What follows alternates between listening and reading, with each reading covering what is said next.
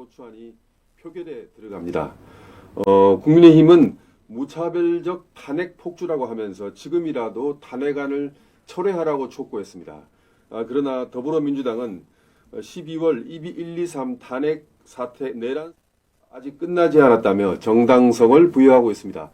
이 긴박한 국면에 국민의힘 전 최고위원 김재원 전 최고위원을 모시고 오늘 이 상황에 대해서 긴박한 상황에서 말씀 나눠보겠습니다. 의원님 안녕하세요. 안녕하세요. 예, 의원님 먼저 한덕수 권한대행조차 지금 탄핵을 하려고 지금 표결에 붙이겠다는 거 아닙니까? 네. 가능하겠습니까? 어떻게 봅니까?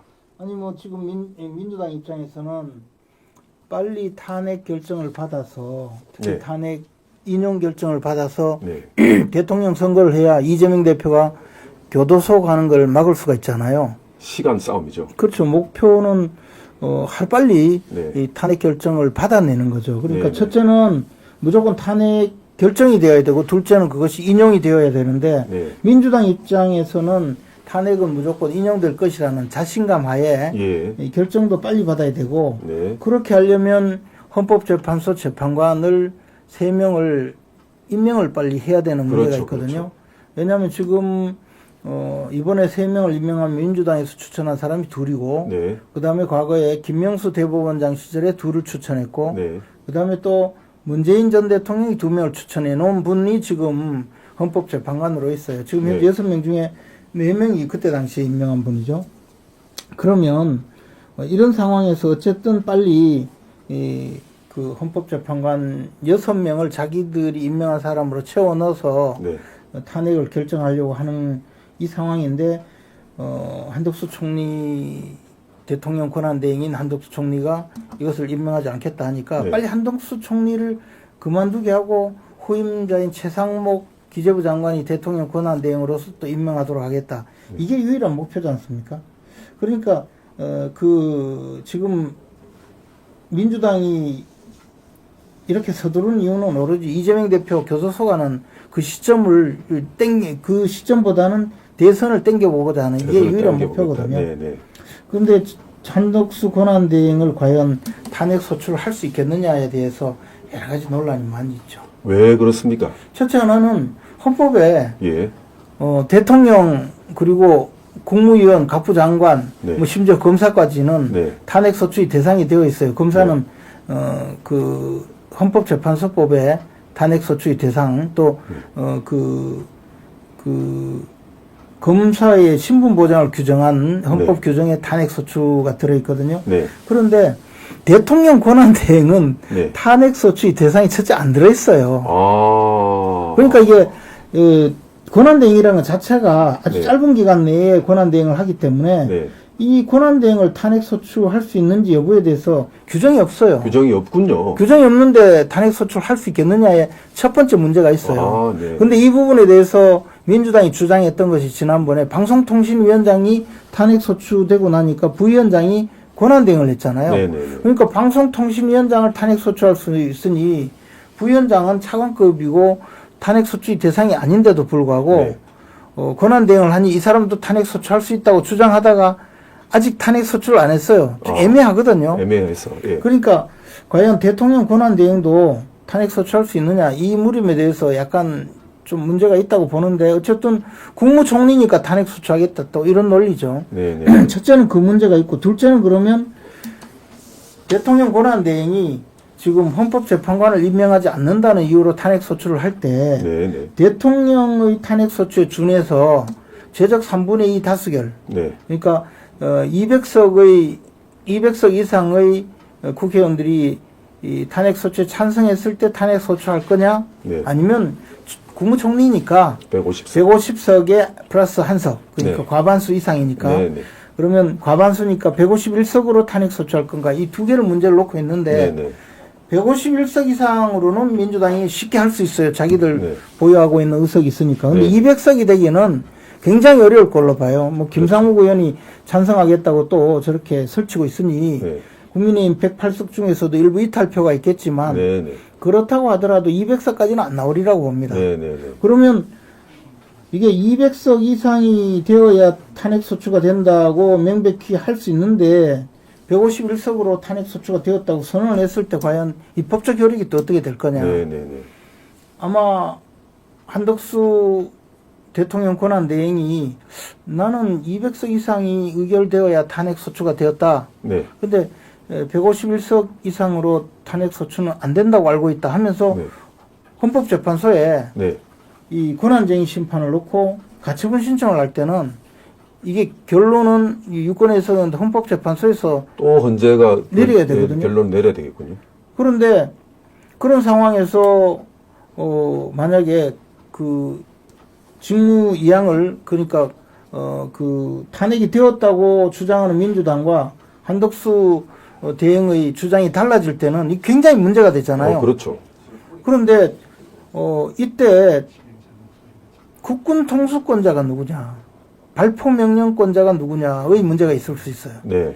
민주당은 한덕수 총리가 그 대통령 권한 대행의 그 자격으로 있는 이 상황에서 탄핵이 되었으니 당신은 이제 직무가 정지되었다고 주장하고, 최상목 부총리가 대통령 권한 대행이라고 주장하면서 최상목 부총리가 빨리 헌법재판관을 임명이라고 주장할 때 네.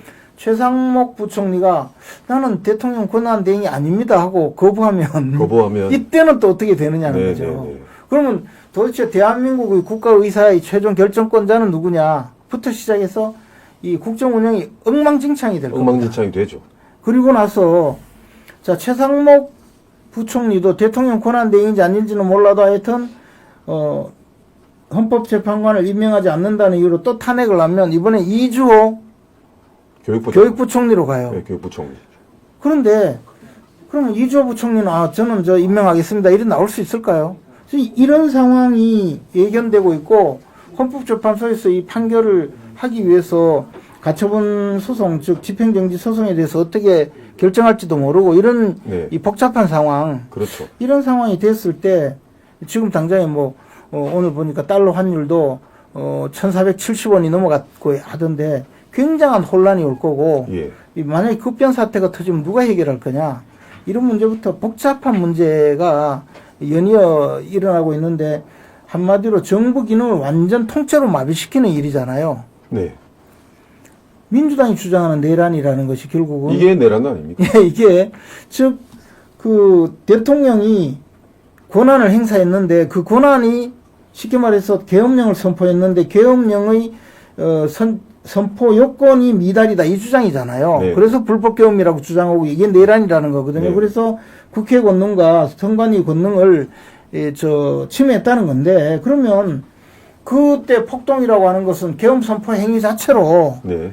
폭동이 일어났다고 주장을 하고 있는데, 마찬가지로 지금 대통령 권한대행을 탄핵하면서 151석으로 탄핵 소추를 해서 대통령 권한대행이 권한행사를 하지 마라라고 주장하는 거, 이것이 바로 행정부의 권한을 마비시킨 거고, 네. 이 행위로 네. 여권이 제대로 성립되지 않는 국회의 행위로 네. 행정부 기능을 마비시켰으니 이게 바로 내란이다라고 주장할 수도 있는 거예요. 네. 이런 복잡한 문제가 있는데 민주당이 쉽게 탄핵 소추 의결을 하자고 나설지 저는 좀 의문이고, 네. 지금 3시부터 한다고 하니까 곧 지켜보면 알겠지만, 그렇죠. 그 대혼란을 우원식 국회의장이 함부로 이걸 할 수 있을까, 저는 그것도 의문입니다. 우원식 의장이 막판에 가서 이거 시간을 두고 조금 상의를 해달라고 할 수도 있고, 이 뒷감당이 여의치 않기 때문에 이것은 국회에서 벌이는 이 내란이라고 생각합니다. 네, 그래서 저는 아마 정상적으로 조금이라도 뒷감당을 생각하면 한덕수 대통령 권한대행을 탄핵 소추하기 위해서 국회 의결은 이루어지지 않을 거라고 생각하고요. 만약에 국회 의결을 하고 나서 200석이 못 되는데 탄핵 소추가 되었다고 선언하고 한덕수 대통령 권한대행의 권한을 정지시켰다고 주장하는 경우에 벌어질 뒷감당은 굉장히 그 무서운 후폭풍이 있을 거라고. 말씀하신 대로 한 권한대행께서 이걸 그대로 받아들이지 않을 거 아닙니까? 그렇죠. 그러면 결국은 헌재 판단을 또 받아야 되는 거예요. 또 받는데 헌법재판소는 또 어떻게 돼 있냐면 예. 지금 헌재 재판관이 6명이잖아요. 예, 예. 이 헌재 재판관 중에 한 분이 예. 6명으로서 심리는 하더라도 선고를 못 한다고 또 주장을 했어요. 네네. 그러면 이 선고가 안 되는 거예요, 이때부터. 네네. 그럼 어떻게 됩니까? 그러면 이제 대법원이- 헌법재판소도 지금부터 자기들끼리 뭐 재판은 해도 선고를 못 하는 네. 그런 불임 재판부가 되잖아요. 네네. 그러다가 내년 4월 18일이 되면 2명이 또 네. 사퇴를 해요. 네. 대통령이 임명한 헌법재판관. 아. 그러면 그때부터는 헌법재판소가 이제 개점 휴업을 해야 돼요. 아. 심리도 못 해요. 네네. 그러면 이제 대통령은 대통령대로 또는 한덕수 대통령 권한대행은 대통령 권한대행대로 결의되어 있으면서 세워라 내워라 가야죠. 아무도 못 건드리죠. 아무도 못 건드리는. 예. 그리고 그때 할 수 있는 것은 여야 합의로 네. 자 국회에 선출한 사람 네. 헌법재판관 임명하자. 그리고 대통령 임명할 수 있는 3명도 같이 임명하자 해서 그렇게 타협을 해서 임명할 수는 있겠지만 네네. 그걸 민주당이 받아줄지 모르겠어요. 어쨌든 이런 모든 상황이 예견되고 있기 때문에 오늘 한덕수 대통령 권한대행을 탄핵소추하는 것은 굉장한 혼란이 있을 것이고 아마 걷잡을 수 없는 혼란에 접어들 거라고 봅니다. 아, 국가의 대혼란. 그리고 외국에서 보면 네. 대한민국 이제 무정부 상태죠. 그렇죠. 무정부죠. 누가 행정권의 수반인지 네. 국가원수인지 또는 지금 현재 군 동수권이 누구에게 누구에 있느냐가 있는지. 불분명하면 예, 이건 그리고 가장 큰 문제거든요. 군인들도 정부사령부, 방첩사령부 이런 데가 다 지금, 수사 대상이라서, 네. 거기에, 수도방위 사령부 전부 다 지금, 완전히 수사 중이잖아요. 네네. 그러니까 군의 핵심, 기능이 마비되고 있고, 육군 참모총장도 마비되어 있잖아요. 네네. 이런 상황이니까 굉장히 어려운 상황이 되어 있어요. 안 그래도 지금 그렇습니다. 지금 여기 서울에 있는 주한 미국 대사관, 네. 주한 일본 대사관, 예. 주한 중국 대사관, 주한 러시아 대사관 예. 비상이에요 지금. 그러니까요, 당장에. 거기다가, 한미연합사, 예. 내지는 우리나라는 한미 상호 방위조약을 체결하고 있는데, 만약에 전선에 이상이 생기면 이 당장 군 작전권의 문제가 생기잖아요. 네네네. 그럼 뭐 한국군의 발포 명령권자가 있는데, 네. 하여튼 이런 일을 벌이고 이재명 대표께서 자신의 재판을 어떻게든 밀어보려는 그런 자기의 살 길을 위해서 지금 권한대행을 탄핵하겠다는 그런 발상은 정말 지금 나라 전체를 혼란의 도가니로 빠져들게 하는 네. 그런 행위라고 봅니다. 아, 그런 또 오늘 의원님 말씀 듣고 보니까 이게 간단치 않구나. 아니 그리고요. 네. 이게 또 명백한 것이 네. 151석이냐 200석이냐를 가지고 그 탄핵의 그 정석수가요. 네. 근데 이것을 가지고 최근에 논란이 좀 있었어요. 근데 네. 네. 거의 완벽하게 정리된 것이 뭐냐면 탄핵 사유가 네. 총리 시절의 탄핵 사유, 그러니까 헌법상 탄핵이라고 하는 것은 고위공무원, 대통령, 국무총리, 국무위원, 행정각부의장 또 뭐 기타 네네. 고위공무원들이 재직 중에 네. 위법한 행위를 했을 때 네. 탄핵 소추를 할 수 있거든요. 네네. 헌법재판소에서는 이 사람의 위법행위 경중을 따져서 네. 파면함이 마땅하다고 하면 파면하고 네. 위법행위가 있더라도 그 사안이 파면할 수준이 아니라고 하면 네. 파면하지 않아요. 네. 과거에 이제 노무현 전 대통령도 선거법 위반의 이 위법행위를 했다고는 판단을 했지만 위법행위 수준이 그렇게 높지 않다 해서 탄핵을 기각했고 네. 박근혜 전 대통령은 위법행위가 있지만 그 사안이 중하다 해서 탄핵을 해버린 거거든요. 네. 네. 그러면 윤석열 대통령의 지금 행위에 대해서 탄핵을 할 정도로 위법성이 중하냐 아니냐는 아직 따져봐야 된다는 상황이에요. 네. 네. 이런 상황인데 여기에서 우리 한덕수 국무총리의 경우에는 탄핵 사유가 예를 들어 국무총리로서 계엄 당시에 대통령을 말리지 않았다. 네. 이게 들어가 있어요. 네. 네. 그럼 그건 국무총리로서의 직분이잖아요. 네. 네. 말리지 않았으니까 말리지 못했으니까 탄핵이다. 네. 그 내라는 공범이다 이 주장이잖아요. 네네. 근데 말렸어요. 말렸는데 그때 상황이 예의치 않았다는 거잖아요. 네네. 그러면 이게 위법성이 없어요. 네네. 위법성이 없단 말이야. 무슨 부안해동에서 직접 계엄군을 진두지휘한 것도 아니고 그죠? 그렇죠, 그렇죠.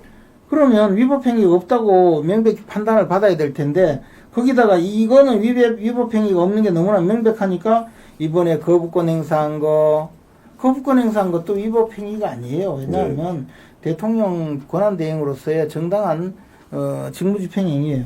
그러니까 지금 이제 헌법재판관을 임명하지 않는 것까지 집어넣거든요. 근데 이것은 전부 다 대통령의 권한행사를 대행한 거죠. 네네. 그러면 대통령 권한대행으로서의 이 업무에 대해서 그 사유로 탄핵을 하려면 당연히 대통령 탄핵의 정족수에 해당하는 제적 3분의 2 다수결에 의해야 된다는 거거든요. 그런데 국무총리로서 계엄을 선포하는데 같이 가담했다. 만약에 뭐 그게 사실이 아니더라도 그 사유로만 탄핵을 한다면 제적 과반수가 될 수 있을 거예요. 근데 이렇게 탄핵을 하면 이상하게 무슨 문제가 생기냐면 국무총리의 직분만 탄핵을 했으니 대통령 권한대행의 직분은 살아있다. 이런 주장을 또 할 수가 있어요. 그렇죠, 그렇죠. 그래서 지금 이 여러 가지를 넣어놓고 탄핵소추 발의를 해놓은 건데 이것은 결국 민주당이 자기 눈으로 자기를 찌른 거죠. 왜냐하면 이런 사유로 민주당이 야당일 때 그때 당시에 박근혜 전 대통령 탄핵 때도 이 주장을 하면서 헌법재판관 임명을 못하게 막아섰던 거거든요. 네네. 그래서 황교안 당시 권한대행이 임명을 하지 않았고. 근데 알았죠. 이번에는 그냥 이유도 없이 그냥 막무가내로 임명하라. 아니면 당신 탄핵하겠다. 이렇게 나오고 있는 거예요. 그때는 그렇고 지금은 이렇고. 이분들이 맨날 뭐 자기들 이 유리한 것만 주장하는 분들이니까. 한 총리, 한 권한대행께서 의외로 이 강단 있게 어제 뭐 대국민 담화도 그렇고 이렇게 좀 임명 않겠다고 이렇게 나오시는데 어떻게 보십니까? 사실 한덕수 대행께서 이렇게 예. 좀 어떻게 보면 강직하게 예. 나와서 직접 그 헌법재판관 임명하지 않겠다고 발표하는 걸 보고 저는 사실 좀 깜짝 놀랐어요. 저도 좀 그렇습니다. 예, 정말 대단한 분이다. 지난번에 국회에 나와서는 또 90도로 폴더 인사를 하고 그래서 참 관료 출신들은 약해서 안 된다. 거기다가 저는 한동훈 대표가 오라 한다고 거기 와가지고 네. 당사에서 공동 성명 발표하는 거 보고 네네. 저 왜 근무지 이탈해서 저런 짓을 하나 이런 생각. 그러니까 옆에 서서 근데 돌이켜 생각해 보면 한덕수 그 대통령 권한대행께서 예. 아마 국회에서 민주당을 많이 경험했잖아요. 이분이 또 민주당을 잘 알아요, 그죠? 그러니까 이분들의 이 민낯을 다 알고 있을 거예요. 그리고 박지원 의원은 개인적인 친분이 있어서 네네. 여러 가지 가족끼리도 잘 아는 사이라고 들었는데 네. 이제 오니까 그 한덕수 총리의 그 부인 총리 그 영부인에 대해서 지금 뭐 입에 담지 못할 이상한 이야기를 하면서 공격을 하잖아요. 네네. 저 사람들은 이 최소한의 인간의 도리, 양심, 그게 없는 거잖아요. 네네. 좋을 때는 한없이 자기 편이라고 좋아하다가 조금 걸리적거리면 그냥 물불 안 가리고 네. 과거에 그 있었던 자그마한 일도 까발리고 욕하고 네, 네, 비난하고 네. 하는 분들이거든요. 네. 아마 환멸을 느끼지 않았을까요? 네. 근데 그것은 뭐 개인적인 감정이고 네. 한덕수 그 권한대행의 경우에는요 사실 장관 네. 또 경제관료로서는 최고의 장관을 지내고 네. 총리를 두 번째 하는 분이에요. 그렇죠, 그렇죠. 그리고 또 중위대사를 해서 네. 국제적인 안목도 넓고 이런 분이 지금 탄핵을 겁낼까요? 저는 겁내지 않을 거라고 봅니다. 네, 그렇습니다. 여기서 민주당의 압력이 굴복해서 네. 아이고 뭐 이거 제가 임명해 드리겠습니다 하고 네. 민주당의 그 역성을 좀 들면서 네. 좀 있어봤자 그 무슨 큰 영예라고 생각할까요? 저는 오히려 이거는 시시비비를 제대로 가려드리겠다. 네네. 그리고 이게 너무 명백하잖아요. 네. 헌법재판관을 임명하면 안 되는 이유에 대해서 명백한 이유가 있어요. 네네. 그런 상황을 가리면서 이거 여야 합의가 되지 않은 헌법재판관을 임명하는 거는 결국은 지금 탄핵 소추를 민주당에서 이제 판사까지 임명하는 거잖아요. 맞습니다. 이것은 잘못이다라는 거죠. 네. 그리고 이렇게 된 원인은 민주당에 있어요. 네. 원래 지난 10월 달에 네. 그 9월 달부터 그 여야 합의를 해서 헌법재판관을 임명하고 임명 절차를 해서 10월 달에 임기 전에 임명을 했어야 돼요. 네. 근데 그때는 임명할 생각이 추호도 없었던 것이 없었죠. 그때는 또. 이 헌법재판소를 마비시켜서 자기들이 검사도 탄핵하고 방송통신위원장도 탄핵해 놓고 이 사람들이 어차피 탄핵 사유가 하나도 없으니까 헌법재판소가 제 기능을 하면 곧바로 다 복귀가 되니까 그거 그렇죠. 못하게 하려고 일부러 헌법재판소 기능을 마비시키려고 자기들이 임명을 하지 않은 거거든요. 그렇죠. 그러다가 지금은 또 어느 날 갑자기 비상계엄이 선포되면서 지금은 이제 헌법재판소를 다시 기능을 유지시켜야 된다는 생각에 지금 저런 일을 벌이기 때문에 이것은 정당성도 없어요. 네. 저는 이런 상황에서 한덕수 권한대행께서 정말 제대로 판단을 해주신다 생각이 네, 들고 네, 네, 대단한 분이고 정말 멋진 분이라고 생각합니다. 네, 네. 국민 담화에서 그걸 봤습니다. 예. 네. 저분이 전에 폴더 인사하고 그럴 때는 관료들은 할 수 없다고 제가 그때 그렇게 생각했는데 또 좀 지엽적인 얘기인데요.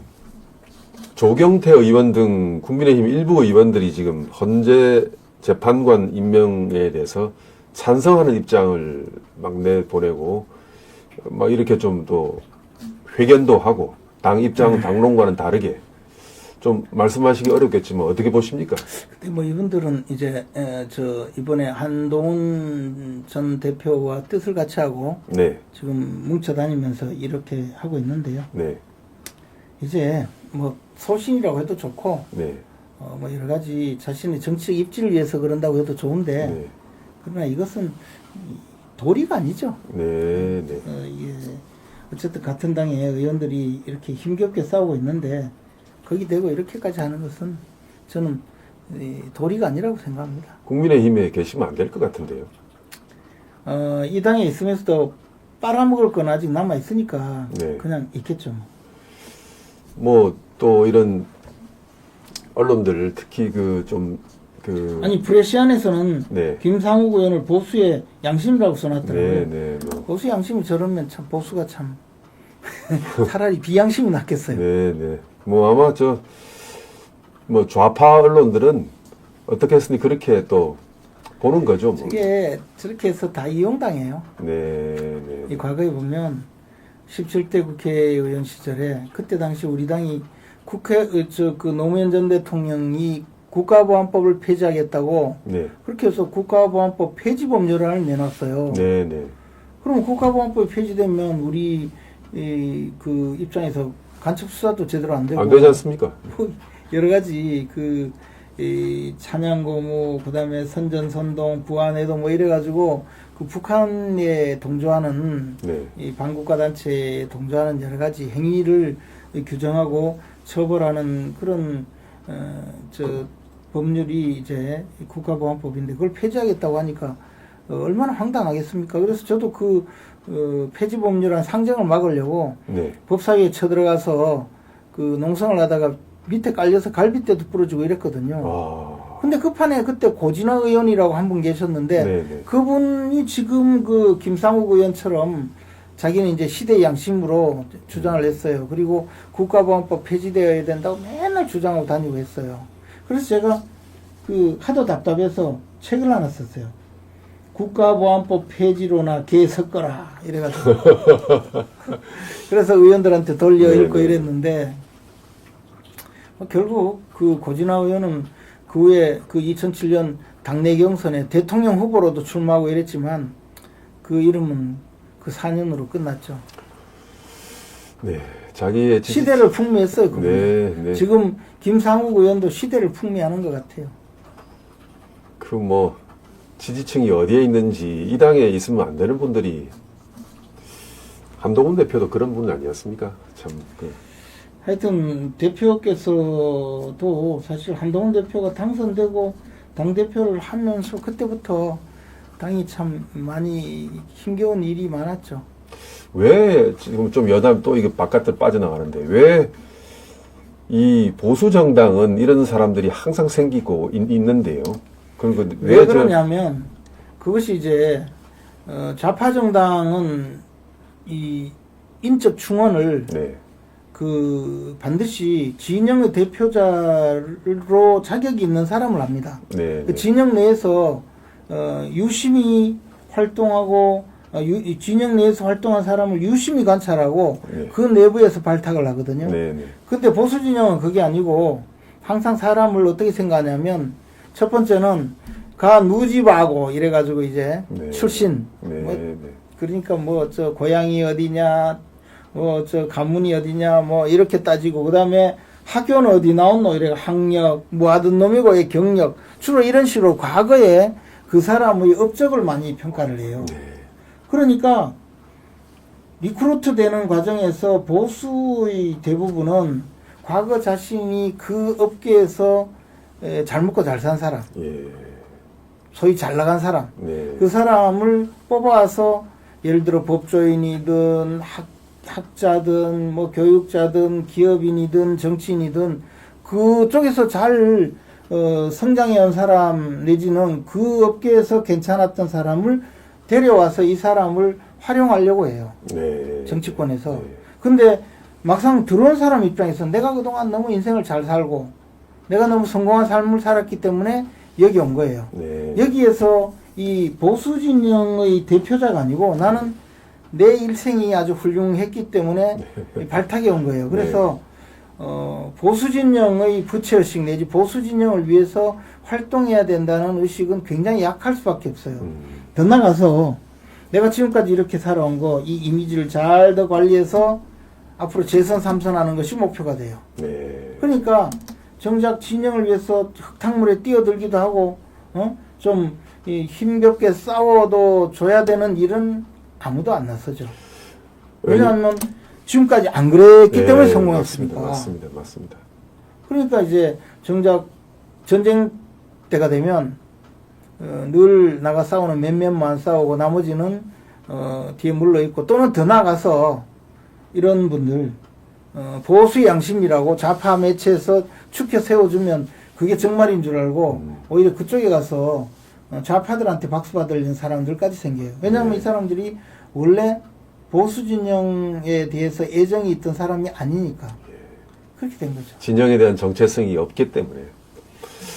의원님, 의외로 우리 방송을 보는 전국의 국민들이 꽤 많습니다. 그래서 아마 이 방송을 보는 시청자 여러분들과 국민들은 판단하실 겁니다. 김재원 의원님 같은 이런 확고한 우파의 보수의 정체성을 갖고 있는 사람들로 국민의힘 당이 꽉 차야 제대로 어마무시한 야당과 싸울 수 있다는 걸 우리 국민들은 다 알고 있습니다. 근데 늘 그런 이야기를 하지만 네. 이제 소위 가장 중요한 때가 총선 때 공천인데요. 네. 그때 되면 또 외부에서 이상한 사람들 데려와서 더 망쳐요. 네. 아주 대표적인 것이 황교안 대표 시절에 그 김형호 전 의장이 들어와서 그때 김세연 의원을 공천관리위원으로 임명을 해서 같이 공천을 했는데 김세연 전 의원이 한 말이 그때 당시 미래통합당이었죠. 미래통합당, 미통당. 네. 물리적으로 해체해 주겠다 그랬어요. 참, 그래서 해체한다고 하면서 미래통합당 즉 보수 가치에 충실한 사람들은 다 쫓아내고 네. 그러면서 이제 그때 당을 깨고 나갔던 이른바 새보수당 계열 네. 그 사람들을 대거 끌어들이고 하다 보니까 폭망했지 않습니까? 예, 그때 들어온 사람들 중에는 과거 민주당 뭐 하면서 보수의 정체성과는 전혀 맞지 않은 사람들이 너무나 많이 들어와서 주류 행사를 하게 된 거죠. 네. 오늘날 사실 어떻게 보면 이 정체성 위기는 몇 번의 공천 과정에서 빚어진 보수 진영 전체의 패배의식 내지 불편한 자기 그 정체성 미확보에 가장 있는 거죠. 그때도 제가 뭐 신문 기자로서 다 그때 상황을 지켜봤는데 왜 이런 뭐 실체가 존재하지 않는 중도 그러면서 중도 확장 그러면서 그때 공천을 그렇게 하다 폭망을 했지 않습니까? 그리고도 계속 그렇게 근데 했죠. 또 이번에 또 그런단 말입니다. 이번에 한동훈 대표 공천이 또 그랬단 말입니다. 이 우리 보수 정당은 왜 이렇게 한번 좀 이렇게 패착을 겪으면 교훈을 삼아서 좀 고쳐야 되는데 또 똑같은 패착을 또 한동훈 자체가 네. 한동훈 자체가 보수 진영은 대변자였나요? 아니죠. 보수의 아니죠. 대표자였나요? 아니죠. 그런 사람이 들어오니까 그런 일이 벌어지는 거예요. 그리고 네, 네. 그때 당시에 공천이나 또는 이 인재 충원할 때 그때 국민공천의 한 사람이 지금 김상욱 의원이거든요. 네, 한동훈 네. 대표가 영입했다는 그런 것이 결국은 항상 이 부작용으로 나타나게 돼 있어요. 아, 그래서 저는 이제 또 이때 되면 쇄신이라는 이름을 하잖아요. 우리가 이제 한번 이게 명백히 이때쯤 검토해 봐야 되는 것이 권영세 비대위원장이 이제 네. 저 비대위원장으로 임명이 되고 그 말씀 이제 말 나온 김에 출범하는데 네, 권영세 비대위원장을 체제. 보고 예. 왜 도로 친윤당이냐 이렇게 주장을 한단 말이에요. 그러면 지금 우리 당에서 배출한 대통령이 탄핵 소추가 되어 있고 직전 배출한 우리 당의 대통령은 탄핵으로 임기를 다 마치지 못했고 그 직전에 배출한 우리 당의 대통령은 퇴임 후에 구속이 되어서 대통령직의 예우를 박탈당하고 그래서 네네. 사실 이 두 분의 전직 대통령은 제 역할을 못하고 있어요. 네네. 그리고 지금 대통령은 아예 직무가 정지되어 있고 네. 그럼 보수진영 전체가 지금 무너지기 직전이잖아요. 네네. 이런 판에 지금 내부 추스리기도 어려운데 네. 그러면 그나마 안정적이고 내부 추스리기에 역할을 할 수 있는 권영세 비대위원장이 그나마 제 역할을 할 수 있잖아요.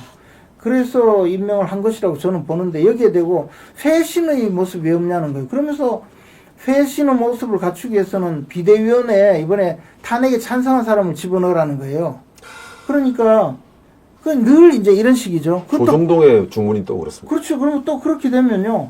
그러면 이게 이제 그 다음에 가면 탄핵 찬성이 당론이냐 반대가 당론이냐의 정체성 혼란을 빚어오게 돼요. 네네. 또 더 나가서 그렇게 해야만이 그때 탄핵 찬성을 해야만이 또는 가수들 중에서 이번에 커피 한 500잔 선결제하고 그리고 탄핵만이 살 길이다 이 정도 해야 또 깨어있는 시민 깨어있는 가수처럼 보이는 네. 이런 세상을 지금 만들어 가잖아요. 네네. 그러니까 그럼 어느 순간에 가면 그 사람들이 이제 개혁파가 돼 있고 네. 그것도 좀 지나면 따뜻한 개혁 합리적 개혁파 개혁적 보수 이런 또 탈을 쓰고 나타난단 말이에요. 또 우리 좋아하잖아요. 네. 그러다 보니까 늘 당이 그런 분들이 20% 30%를 숫자에 비해서 훨씬 과대 포장되게 차지하게 됐죠. 그러니까 방금 말씀하신 것처럼 왜 보수당에는 이런 일이 있느냐? 그건 유권자가 그렇게 선택을 하거나 또는 우리 당의 지지자들이 그렇게 선택을 하거나 또는 더 나아가서 우리 당의 지도자들 중에서도 뭔가 이 보수에 대한 약간 부끄러움, 두려움 내지 보수를 내세우는 데 대한 불편함이 있기 때문에 벌어지는 거죠. 그러니까 그냥 보수라고 이야기하면 뭔가 좀 부끄러우니까 개혁 보수, 합리적 보수, 따뜻한 보수 이러잖아요. 경제는 진보, 안보는 보수 이거 똑같아요. 근데 사실 그게 있을 수가 없잖아요.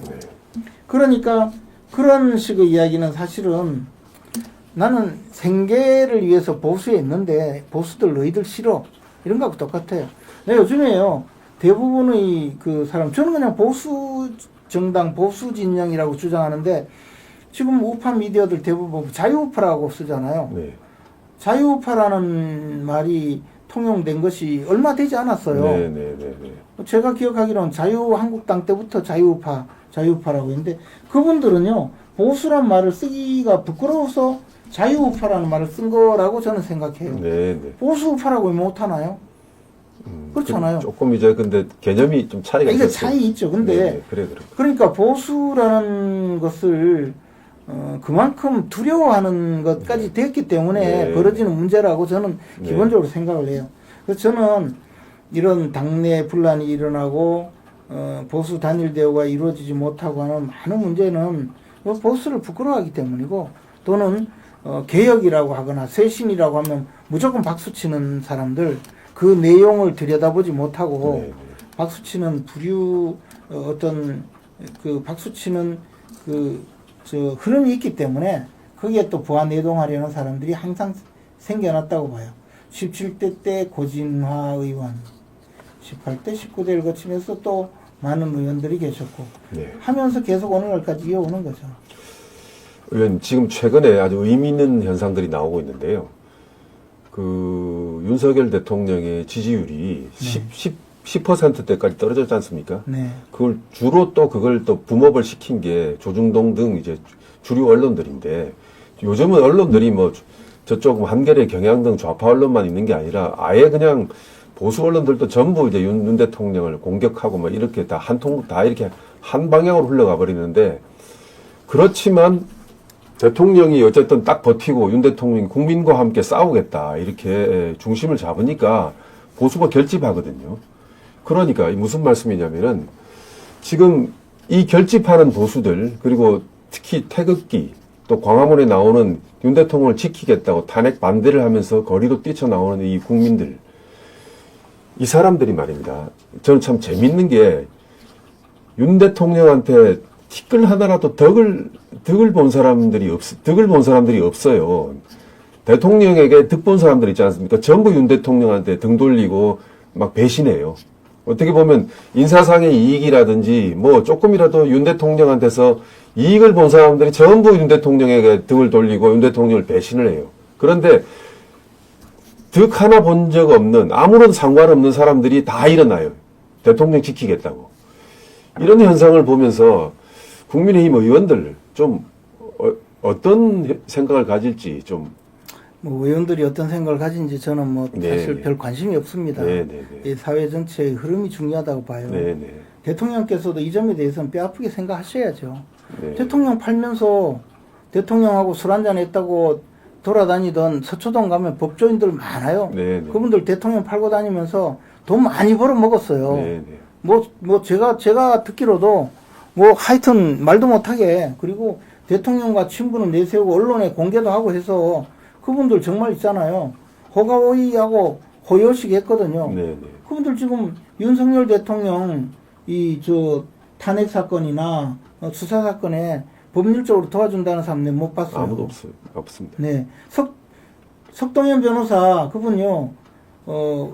하다못해 공천이라도 받겠다고 내세웠다가 컷오프 됐잖아요. 네. 그래서 우리 당에 있지도 못하고 저 자유통일당 가서 안 된 분이죠. 어떻게든 결국 나서잖아요. 그거는 인간 됨됨이 문제니까 네. 뭐 그렇다 치고, 보수가 결집한 이유는 대통령에게 도움을 받아서가 아니고 나라 걱정 때문이라고 봐요. 나라가 이렇게 무너지는 거 아닌가 하는 생각 때문에 그런 분들이고 순수한 분들이죠. 저는 다만 제가 직접 그 행동에 나서지 않는 점에 대해서 비판을 한다면 저도 제 사정상 그 겸허히 비판을 받아들일 각오가 되어 있어요. 네. 저는 징계도 당했기 때문에 네. 이 전과가 또 겹쳐지면 이제 큰일 납니다. 네. 그렇지만 어쨌든 우리나라의 근간을 이룬 이 보수 진영을 지탱한 많은 분들이 사실 지금 또 나서주고 있는 거죠. 저는 그 점에 대해서는 고맙고 안타까운 생각이 있어요. 국민의힘 의원들 제발 좀 이 당을, 이 국민의힘이라는 당을 지탱하는 그 세력이 누구인지를 좀 잘 아셨으면 싶어요. 그러나 그렇지 않고 저를 징계했어요, 그분들이. 이게 왜 제가 이 말씀 드리냐면, 지난 대선 때 말입니다. 윤석열 대통령을 찍은 많은 국민들이 윤석열 후보에 대해서 전적으로 지지해서 윤 후보를 찍은 건 아니거든요. 왜 그러냐면, 이재명으로의 내지는 민주당으로 정권 재창출만은 막아야 되겠다라는 그런 국가적인 위기 상황 때문에 윤 후보를 찍은 거라. 지금도 사실은 마찬가지라고 봐요. 네. 그래서 지금도 우리 당에서 뭐 이재명은 안 된다, 이게 주요한 캐치프레이즈잖아요. 네. 쉽게 말해 지금 우파 행동주의자들 네. 아스팔트를 지키면서 네. 정말 굳건하게 싸워주고 있는 우파 행동주의자들을 바라보는 시각이 네. 또 그런 것 아닌가. 갈 네. 데 어디 있겠느냐 하는 네. 뭐 그런 시각이 아닌가 싶어요. 물론 그것이 과연 어느 정도 효과를 발휘할지는 몰라도 사실은 그렇게 계속하면 보수 기반이 점점 약해지지 않겠습니까? 네. 저는 하여튼 여러 가지 면에서 참 요즘 이 보는 세태를 보는 것은 안타깝게 생각해요. 이제 의원님 마지막 질문 드리겠습니다. 권영세 비대위원장 체제가 곧 들었을 것 같은데요. 어떻게 될 것 같은 전망과 좀 어떻게 좀 의원님은 어떻게 보시는지. 저는 아까도 말씀드렸듯이 우리 보수 진영 전체의 위기이자 네. 이게 뭐 위기이자 기회 이런 말을 쓸 수가 없죠 지금은. 네, 그런데 위기이자 지금 이 근본이 무너져 내리는 그런 상황이라고 봐요. 이때는 일단 내부를 추스려서 네, 네. 전열을 재정비하는 것이 가장 중요한 임무라고 보거든요. 네, 네. 그런 면에서 권영세 비대위원장과 그 체제가 앞으로 중요하고 그 안정적인 역할을 할 거라고 기대하고 있습니다. 네, 네, 네. 지금 우리가 뭐 내부 전열 정비도 하고 쇄신도 하고 국민 지지도 없고 그리고 더 나가서 지금 뭐 탄핵 사태에 효과적으로 대응하고 더 나가서 저 수도권 청년층까지 전부 다 흡수할 수 있으면 좋죠. 네. 근데 지금 그럴 때입니까? 아니지 않습니까? 지금은 우리 내부 재정비해서 전열을 갖추는 거 이것만도 사실 벅차다고 봐요. 아니 김상욱 의원하고 이 몇 분이 이 우리 당에서 투표로 들어가지도 않겠다고 지금 당론을 정했는데도 나는 투표하러 간다 하고 한덕수 총리는 뭐 가장 최악의 총리라고 하던가요? 그런 식으로 이야기를 하고 내세워도 징계도 못 하잖아요. 지금 그만큼 전열 재정비가 어렵다는 상황이에요. 네. 그것을 좀 정말 좀 안타깝게 생각하고 우리 내부를 추스려서 나갈 수만 있다면 네. 저는 그것만 해도 네. 충분히 역할을 한다고 생각합니다. 아, 예. 그래서 뭐 언론들이 역시 뭐 같은 제가 언론이 언론을 비판하는 게 참 저도 마뜩찮은데 뭐 프레임이 있거든요. 기자들이 계속 그 프레임에 녹아들어서 기사를 써야 되거든요. 뭐 도로 친윤당이라는 게 대표적인 그 프레임입니다. 그런 기사를 계속 생각 없이 써야 되니까 이게 뭐 제대로 이게 아니 뭐 조정이 안 되는 겁니다. 일단 그렇게 시작을 하면서 그럼 친윤이라고 규정 짓고 나면 그럼 누가 그러면 저 우리 당에서 탄핵 찬성한 분들로 구성해야 그러게 말입니다. 그건 뭐 저희 또 아시아투데이가 유일하지만 그 부분을 또 홀로 깃발을 들고 싸우고 있습니다. 뭐 열심히 해보겠습니다. 의원님 어쨌든 여러모로 의원님 정말로 이 어려운 국면에 외로이 홀로 잘 싸우고 계십니다. 고맙습니다. 고맙습니다. 앞으로 잘 부탁합니다. 예. 네, 시청자 여러분 안녕하십니까. 오늘 1부는 김재원 전 최고위원 모시고 국민의힘 그리고 한덕수 권한대행의 탄핵 사태에 대해서 말씀을 나눠봤습니다. 이제 2부 순서로는요, 제가 또 서서 판서를 좀 하면서 말씀을 드릴 텐데, 이렇게 국내 문제가 복잡하면서도 불구하고 지금 내후 외환이라고 할까요? 우리나라가 지금 국가의 어떤 존망이 걸려있는 큰 외국의 파도가 들어오고 있습니다. 그건 무엇보다도 트럼프 대통령이 1월 말이면 취임을 하게 됩니다. 취임을 하게 되면 대한민국에 이런 내부에서 일어나는 일보다 더 큰 그런 큰 위기가 닥쳐오게 됩니다. 무엇보다도 트럼프 대통령은 이전에도 여러분 우리 다 지켜봤지만 북한의 김정은과 직접 대화를 하려고 합니다. 그리고 그것을 또 트럼프 대통령이 예측이 불가능한 지도자입니다. 그러니까 이전에는 그래도 한미일 3국이 공조해서 북한이라는 이슈를 잘 관리하고 북한의 핵 문제에 대해서 대처를 해 나갔는데 트럼프 대통령은 성향이 그런 한미일 공조라든지 뭐 나토라든지 이런 다자 안보 체제에 대해서 휩쓸리지 않습니다. 이분은 바로 다이렉트 협상 그리고 직접 거래 이런 형식으로 갈 것이기 때문에 우리 주한미군 문제라든지 여러 가지 또 북한의 핵 문제라든지 이런 것이 예측할 수 없는 방향으로 흘러가게 됩니다. 그래서 이 문제에 대해서 우리가 지금부터라도 대비를 하지 않고서는 그야말로 우리의 생명을 위협하는 안보 문제가 아주 심각한 상황에 놓이게 될 수도 있습니다. 그런 측면에서 오늘 최영재 취재데스크 이 시간에 그 부분을 가장 중요한 포인트 몇 개만 갖고 짚어보겠습니다. 최근 미국의 CSIS 등 그 여러 군데서 이런 보도들이 나오고 있는데요. 무엇보다도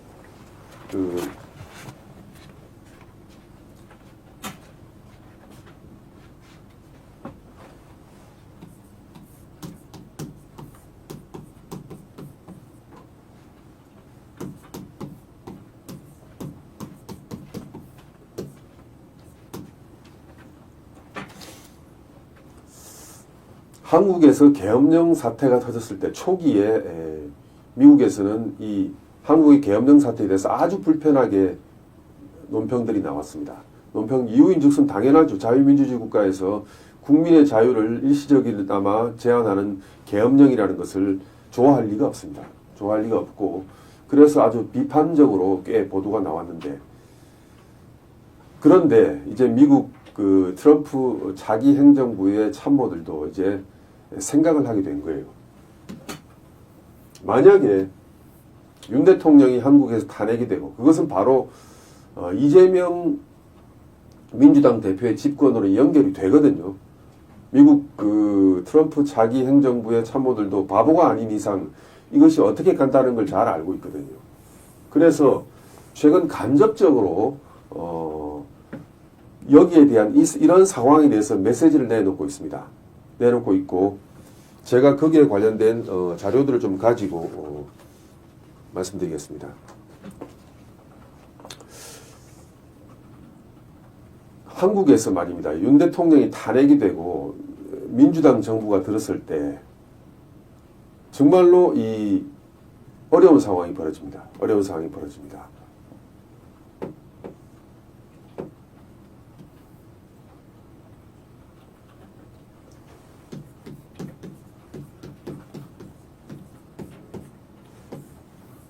김정은이라는 존재를 놓고 미국과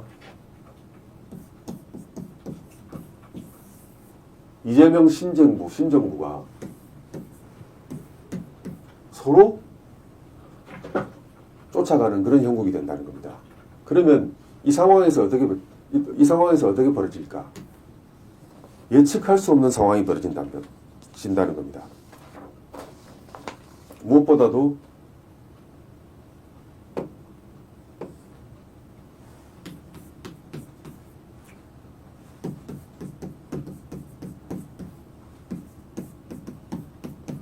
북핵 이슈가 어떻게 될 것인가? 트럼프 대통령은 말입니다. 비핵화를 원칙이 아닌 그러니까 북한 비핵화를 지고지순의 원칙으로 지키지 않고 거래의 대상으로 삼을 경우에 어떻게 되겠습니까? 한국의 이재명 정부는 옳다구나 하고 안 그래도 북한의 핵 이슈에 대해서 이재명 민주당은 기본적으로 북한의 핵은 뭐 특별히 그것을 우리가 막을 이유가 없다는 입장이거든요. 트럼프 행정부와 이거 맞아 떨어질 수도 있어요. 북한의 만약에 윤석열 정부라야만 만약에 트럼프 행정부가 북핵을 용인해주는 방향으로 간다. 그러면은 한국의 자체 핵무장을 하겠다라고 강하게 미국과 협상을 그리고 최근에 미국 조야에서 나왔다시피 한국의 자체 핵무장을 우리가 막을 수는 없다라는 식으로 이야기가 나오거든요. 그러니까 만약에 트럼프 행정부가 북한과 김정은과 협상을 하면서 핵을 용인하는 방향으로 흐를 경우 보수 정부라야 윤석열 정부라야 거기서 그럼 뭐 대한민국도 핵무장을 해야 되겠다. 한국의 안보를 자체적으로 지키기 위해서 이렇게 강하게 드라이브를 걸 수가 있지. 이재명 정부에서는 그럴 수가 없다는 거죠. 그러면 북핵 이슈에서 트럼프 행정부가 북핵을 용인하는 방향으로 흐를 때 우리만 대한민국만 낙동강 오리알이 되는 겁니다. 그런 상황을 우리가 막아야 됩니다. 첫 번째 북핵 이슈에서 그렇습니다.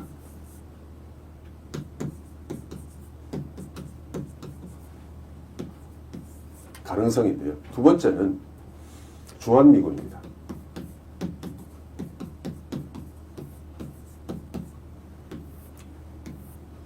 이미 여러 차례 주한미군은 트럼프 행정부의 주요 인사들은 주한미군에 대해서 굳이 존재해야 되느냐라는 식으로, 그리고 그걸 뭐 존재를 하려면 주둔비를 엄청 내야 된다, 한국이 부담을 해야 된다는 게 기본 입장이었습니다. 예를 들어서 안 그래도 이재명 등 민주당의 좌파 인사들은 주한미군의 존재에 대해서 불편한 생각을 갖고 있습니다.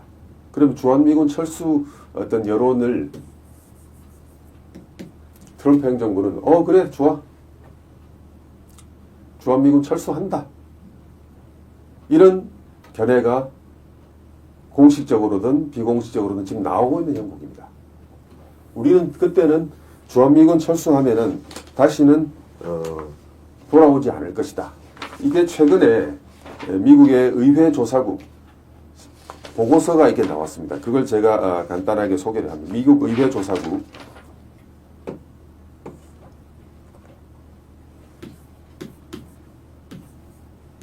미 의회조사국에서 보고서가 나왔는데요. 굳이 한국에서 주한미군 철수의 주장이 높아지면 우리는 떠났다가 돌아오지 않을 것이다 라는 내용들이 최근 미국 조야에서 계속 나오고 있습니다. 그리고 미국 트럼프 행정부가 자기 국방부 장관으로 후보한 사람들이 몇 년을 보면요 나옵니다. 이강산 PD 국방장관 후보자 좀 띄워봐 주십시오.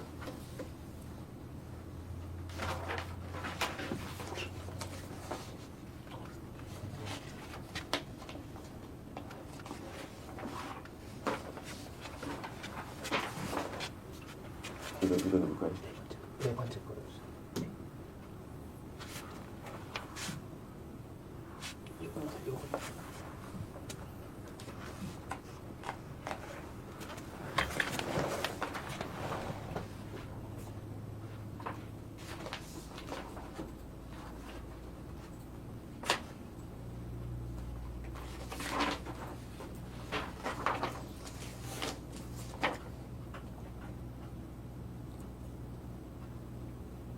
국방장관 후보자, 콜비 말고, 네.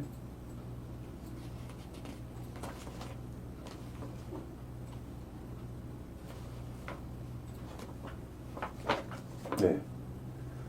국방장관 후보자 피트 헤그세스. 이 사람이 대중국 강경파입니다. 그리고 대중국 강경파고 주한미군의 존재도 중국을 견제하기 위해서 이렇게 주한미군을 존재한다고 이렇게 생각하고 있는 사람이거든요. 그보다 더한 사람은 바로 이 또 정책 차관 콜비 한번 띄워보십시오.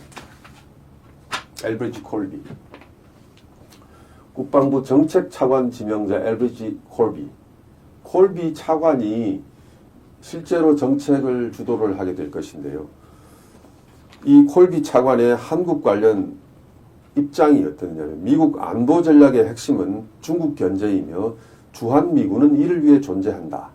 한국은 미국의 지원에 대한 기대를 줄이고 스스로 방어해야 한다. 외교적으로 비핵화에만 전념하는 것은 허구이며 한국은 독자적 핵무장 카드를 테이블 위에 올려야 한다. 한국의 해구산 제공을 다짐한 워싱턴 선언은 미국의 여러 도시와 300만 명 이상의 미국인을 북한의 보복 핵 공격 위협에 노출시키는 위험에 빠지게 했다. 미국은 이 약속을 지킬 수 없다.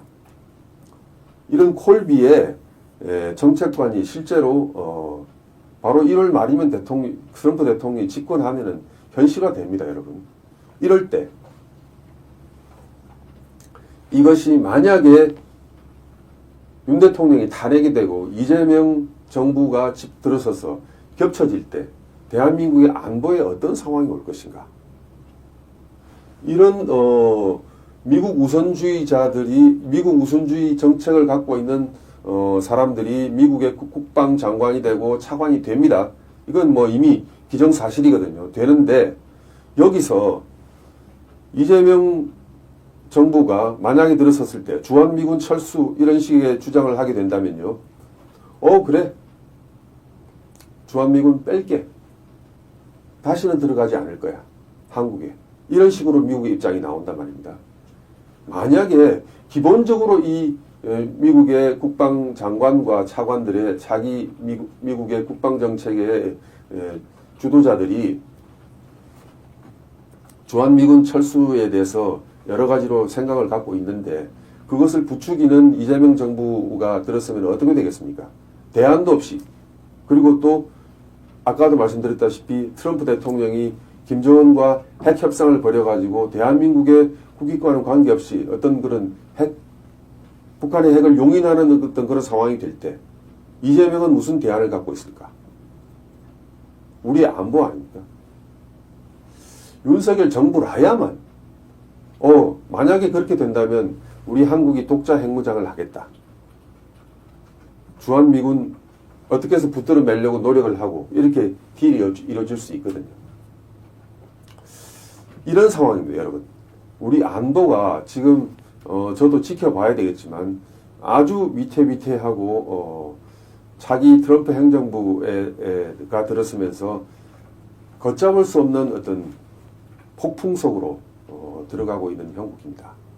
지금 어떻게 해서든지 우리 정부가 자기 트럼프 행정부와 대화를 하려고 이렇게 노력을 엄청 하고 있습니다.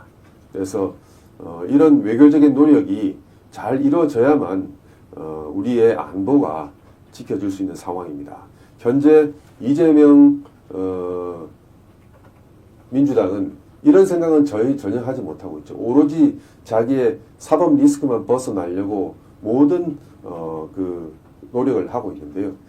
사실 이런 안보 문제만 생각하면 참 하늘이 노래지는 상황이지만 그래도 우리 애국 보수 우파 국민들은 윤석열 대통령을 지켜서 우리의 안보도 같이 보장받는 이런 현명한 선택을 하리라 봅니다. 그래서 한 사람 한 사람의 노력이 지금 필요한 형국입니다. 네. 최영재 취재데스크 오늘 이까지입니다. 여러분 다음 방송 시간까지 안녕히 계십시오.